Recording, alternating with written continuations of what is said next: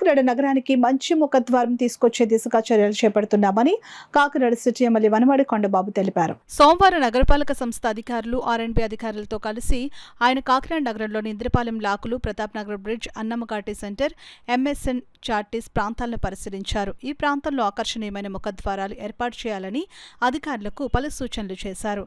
ఈ సందర్భంగా ఎమ్మెల్యే మాట్లాడుతూ పేరుకు మాత్రమే కాకినాడ స్మార్ట్ సిటీగా ఉందని, స్మార్ట్ సిటీకి తగిన విధంగా నగరం అభివృద్ధి కాలేదని ఆవేదన వ్యక్తం చేశారు.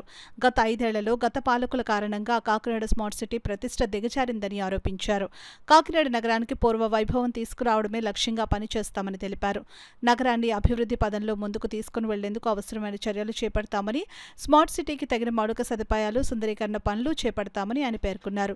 ఈ కార్యక్రమంలో ఆర్కిటెక్ట్ చంద్రశేఖర్, నగరపాలక సంస్థ ఇన్ఛార్జ్ కమిషనర్ ఎన్వివి సత్యనారాయణ, అదనపు commissioner K T Sudhakar, DCP Krishnarao, health officer doctor Prithvicharan, E Adinarayana, TDP నగర అధ్యక్షులు మల్లిపూడి వీరు, ఏఎంసీ చైర్మన్ బచ్చు శేఖర్ తదితరులు పాల్గొన్నారు.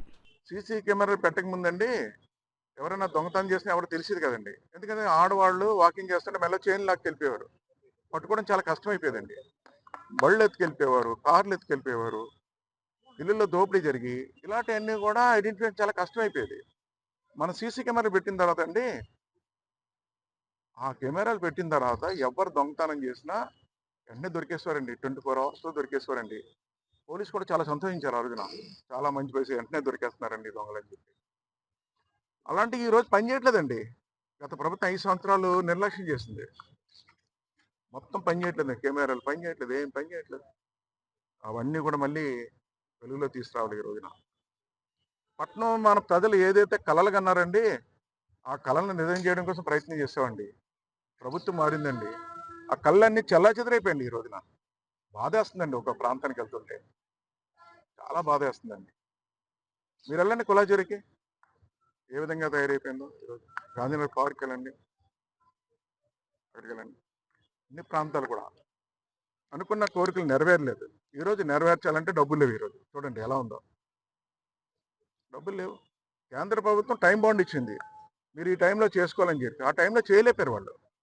ఇప్పుడు మళ్ళీ రిక్వెస్ట్ చేస్తున్నాం, ముఖ్యమంత్రి గారి దగ్గరికి వెళ్ళి మనం రిక్వెస్ట్ చేస్తాం, ఎంతో కొంత సాయం చేయండి.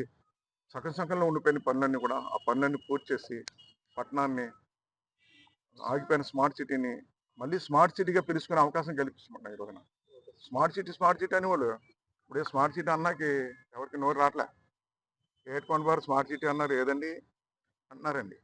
ఈరోజు ఆ విధంగా మాట్లాడే పరిస్థితి వచ్చింది. ఏదైనప్పుడు కూడా ఈరోజు ముఖ్యమంత్రి గారితో రిక్వెస్ట్ చేసి మాట్లాడి వారి నిధులు సమకూర్చమని చెప్పి, ఆ నిధులతో ఈ పట్టణాన్ని ఏదైతే కలలు నిజం చేస్తామని మీ ద్వారా తెలియజేస్తాం.